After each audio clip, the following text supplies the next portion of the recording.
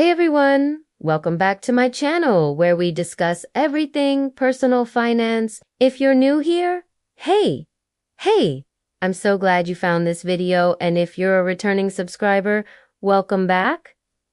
I'm so glad you're here again. Today we're going to talk about budgeting basics for beginners. And I know how daunting it can be to get started, but in this video I want to break down the very simple steps that you can take today to start on your journey of building a budget and sticking to it. And the very first thing you want to do is have a goal in mind. So when you're thinking about what you want to accomplish with your budget, what does that look like? Are you wanting to build up an emergency fund? Do you have debt that you want to pay off? Maybe you're looking to save for a home or even retirement. Whatever it is that you are doing, you want to write that down and put it somewhere that you can see every day because the goal is to motivate you. The whole purpose of creating a budget is so that you can achieve something that you want. It could be big or small. But either way, you want to make sure you write it down and you put it somewhere where you can see it every single day. Step 2 is to track your spending. And I don't care how you do this. You can use a pen and paper. You can use a spreadsheet. You can download an app. There are so many different ways to go about tracking your spending, but you need to pick one that works for you. And the reason why this step is important is because without knowing where your money is going, you can't really create an effective plan to reach your financial goals. And also, you want to make sure that you're tracking everything. Don't leave anything out. Make sure that you track everything that comes in and everything that goes out for at least 1 month so that you can get a good idea of where your money is going. Once you've tracked everything for a month, then you can categorize it. This will help you identify areas where you can cut back and reduce your expenses if needed. You can organize your spending into categories like housing, transportation, food, insurance, debt payments, savings, and entertainment. This will allow you to see which categories are taking up the biggest chunk of your income, and then you can decide if there are any areas where you can cut back. And once you've done that, you want to create a plan. So this is where you set your limits for each category that you have. So, for instance, with your groceries, maybe you say you're going to spend $400 per month for entertainment. Maybe it's $300 per month. Again, you want to be realistic here. You want to be able to have fun and enjoy yourself while still staying within your limits. And remember, these numbers aren't set in stone. You can adjust them as needed throughout the year based on your income and expenses. So let's say you've created a budget and you've set your limits for each category, but you find that you're consistently overspending in one area. What do you do in that case? Well, you can take some steps to correct it. First, identify the reasons why you're overspending. Is it because you're not tracking your expenses closely enough?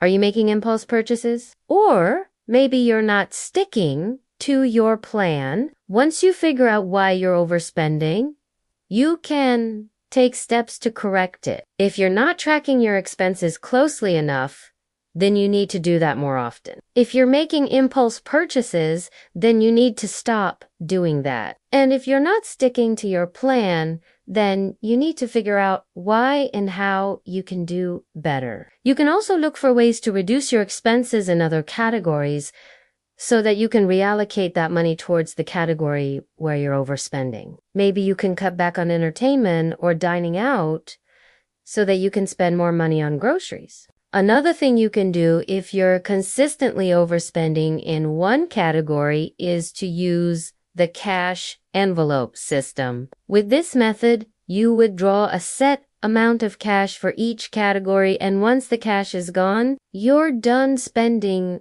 for that category for the month. This can help you stay within your limits because you'll be able to physically see how much money you have left for each category. You can also use a budgeting app to help you track your expenses and stick to your limits. There are tons of budgeting apps out there, so do some research and find one that works for you. They can help you track your expenses automatically and send you alerts when you're getting close to your limits. Now, let's talk about how much you should be saving. I know that this varies from person to person, but as a general rule of thumb, you want to be saving at least 10% of your income.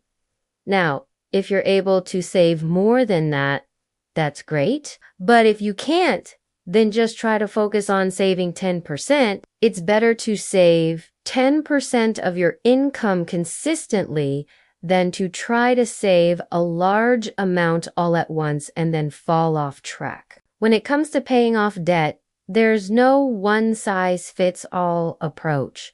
It really depends on your individual circumstances. However, there are a few popular methods that you can use to pay off your debt faster. The first is the snowball method. With this method, you would list out all of your debts from smallest to largest, regardless of the interest rate. Then you would make minimum payments on all of your debts except for the smallest one. With the snowball method, you want to throw as much extra money as you can at the smallest debt until it's paid off. Once the smallest debt is paid off, you move on to the next one and repeat the process. The reason why this method is effective is because it helps you build momentum. As you pay off debts and see them disappear, you're motivated to keep going. The next method is the avalanche method. This is where you would list out all of your debts from highest to lowest interest rate. Then you would make minimum payments on all of your debts except for the one with the highest interest rate. With this method, you want to throw as much extra money as you can at the debt with the highest interest rate until it's paid off. Once the highest interest rate debt is paid off,